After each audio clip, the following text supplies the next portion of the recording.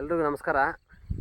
ಸುಮಾರು 2.5 ತಿಂಗಳಿಂದ, ಹೆಚ್ಚು ಕಡಿಮೆ 3 ತಿಂಗಳು ಅಂದ್ಕೊಳ್ಳಿ, 3 ತಿಂಗಳಿಂದ ಇಲ್ಲಿ ಕಾಡಲ್ಲಿರೋ ಪ್ರಾಣಿ ಪಕ್ಷಿಗಳಿಗೆ ಒಂಚೂರು ನನ್ನ ಕೈಲಾದಷ್ಟು ನೀರಿನ ವ್ಯವಸ್ಥೆ ಮಾಡೋಣ ಅಂತೇಳಿ ಅಲ್ಲಲ್ಲಿ ಚಿಕ್ಕದಾಗಿ ಒಂದು 50ರಿಂದ 100 ಲೀಟ್ರ್ ನೀರು ಇರಿಸೋಷ್ಟು ತೊಟ್ಟಿ ಕಟ್ಟಿ, ಆ ತೊಟ್ಟಿಗೆಲ್ಲ ಮನೆಯಿಂದ ನೀರು ತಗೊಂಡು ಹಾಕ್ತಾಯಿದ್ದೆ.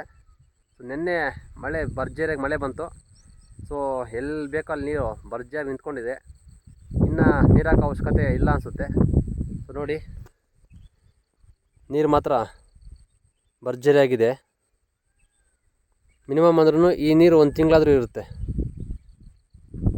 ಸೊ ನಾನು ಸ್ಟಾರ್ಟಿಂಗಲ್ಲಿ ಬಂಡೆ ಮೇಲೆ ತೊಟ್ಟಿ ಕಟ್ಟಿದಾಗ ತುಂಬ ಜನ ಕಾಮೆಂಟ್ ಮಾಡಿದ್ದೀರಾ, ಅಣ್ಣ ನೀವು ಬಂಡೆ ಮೇಲೆ ತೊಟ್ಟಿ ಕಟ್ಟಿದ್ದೀರಾ, ನೀವು ಬಿಸಿಲಿಗೆ ನೀರು ಆವಿ ಆಗುತ್ತೆ, ಇನ್ನೊಂದು ಬಿಸಿಲಿಗೆ ನೀರು ಬಿಸಿ ಆಗಿಬಿಡುತ್ತೆ ಅಂತ ಕಾಮೆಂಟ್ ಮಾಡಿದ್ದೀರಾ. ನಾನು ಬಂಡೆ ಮೇಲೆ ತೊಟ್ಟಿ ಕಟ್ಟೋಕ್ಕೆ ಒಂದೇ ಒಂದು ಕಾರಣ, ಸುಮಾರು ಸರಿ ಹೇಳಿದ್ದೀನಿ, ಮತ್ತೆ ರಿಪೀಟ್ ಮಾಡ್ತಾಯಿದ್ದೀನಿ.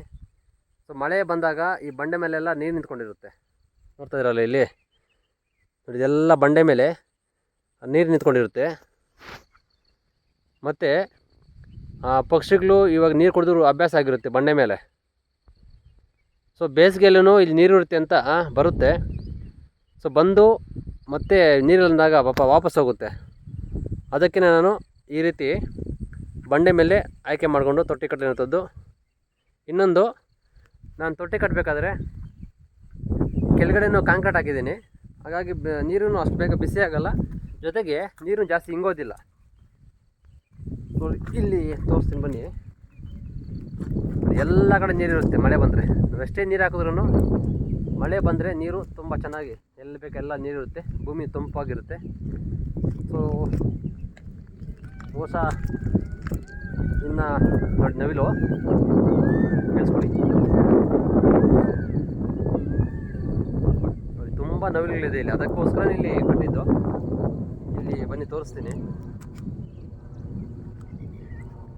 ನನ್ನ ಹಿಂದೆ ಕಾಣ್ತಾ ಇಲ್ಲ ತೊಟ್ಟಿ, ಪಕ್ಷಿಗಳಿದೆ ನೋಡಿ,